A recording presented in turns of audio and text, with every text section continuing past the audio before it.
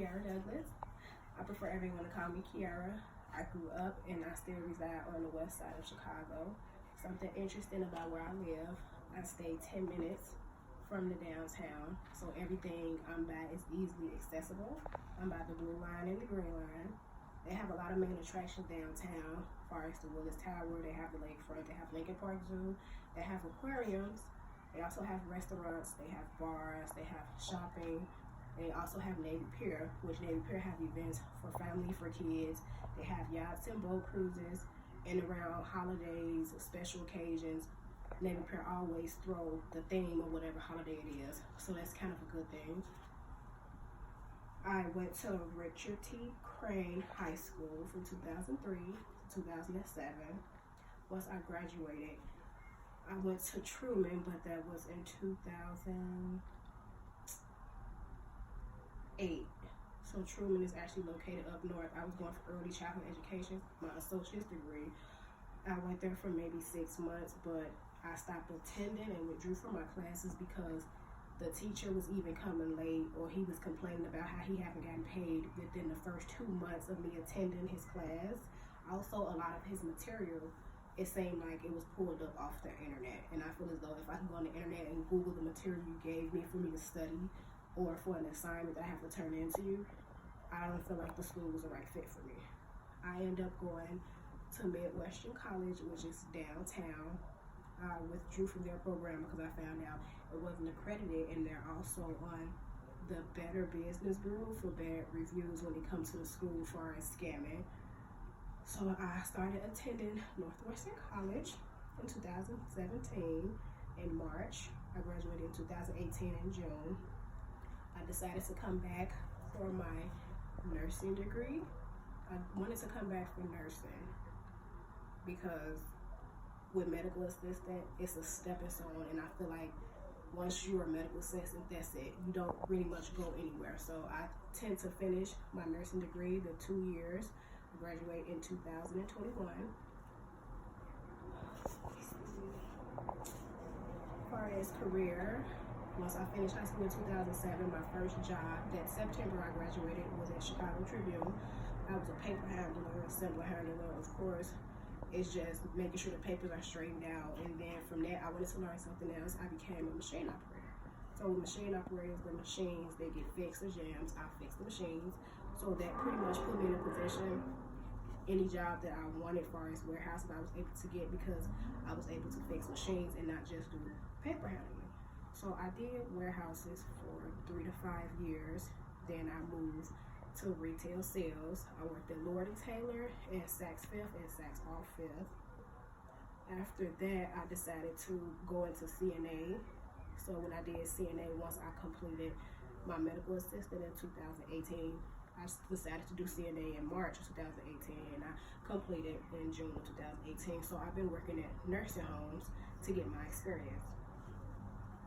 So currently now, I am at Mount Sinai Hospital.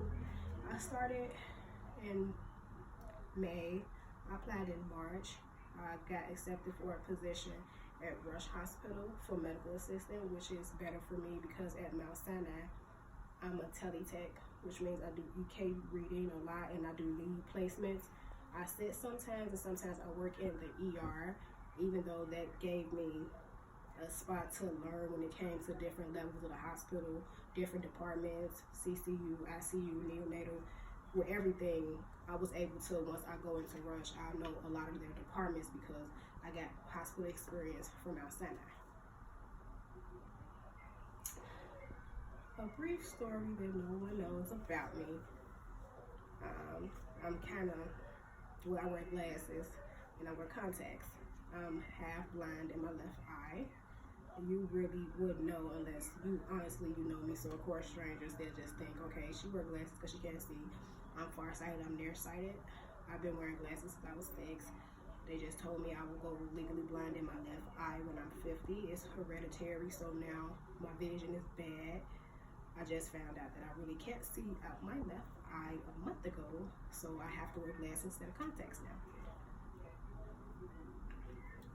What kind of music do I like? I like R&B. I do not like new age rap. I like a lot of pop. I like a lot of diverse music, but I really prefer R&B over New Age. A hidden talent: I can sketch good. I'm an artist. I draw. I design clothes. I make clothes. But more importantly, I draw real good. I did a mural for Rush Children's, the department. I did that in 2006. Actually, with Miralax St. Vincent, they referred me to them. I never was able to complete it because it was my junior year in high school, so someone else had to do it. My definition of good communication is positive feedback, direct feedback, negative feedback, listening. If I'm telling you something, I expect for you to be listening to me. If you're telling me something, I'm listening to you so I can give you back everything that you just told me, but just reword it to let you know that I'm listening. So that's the feedback that I expect when it comes to good communication.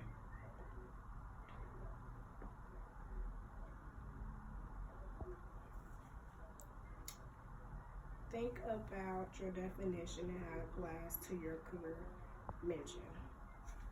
So the career that I'm actually going for outside of nursing is neonatal nurse practitioner. From working in nursing homes and being in and out the hospital for health reasons or for family health reasons, the ratio of babies in the NICU is, God, maybe 12 babies in one nurse. Sometimes because a lot of nurses, either they call off or they don't have the ability to take the position when it comes to filling that job, so the ratio is real low for nurses. The communication, how it applies to my career, I have to be able to understand what the person is delivering to me for as feedback. I have to be able to take it in and process it and deliver it back to them to let them know that I am listening. I have to be able to understand and to know what is going on when it comes to a patient of mine. So it is necessary for me to succeed in my career with communication, because without communication, it makes it difficult for a lot of people to understand what someone is saying.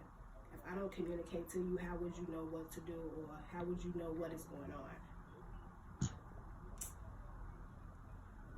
Well, communication, which I am proud of.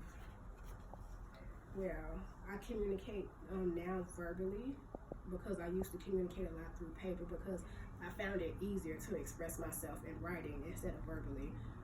I don't pronounce words very well. I'm hoping to work on that, but I can spell good. So I'm proud of myself when it comes to communication, because I'm able to vent and let you know what is going on and how I feel, or my opinion when it comes to something. I am a debater, so that's where the communication come in. And when I break out my shyness, I like to debate a lot. I communicate, I ask a lot of questions, but more importantly, I do expect communication. The job I just got hired for, she asked me what do I expect from her, and I told her communication, because a lot of people lack communication.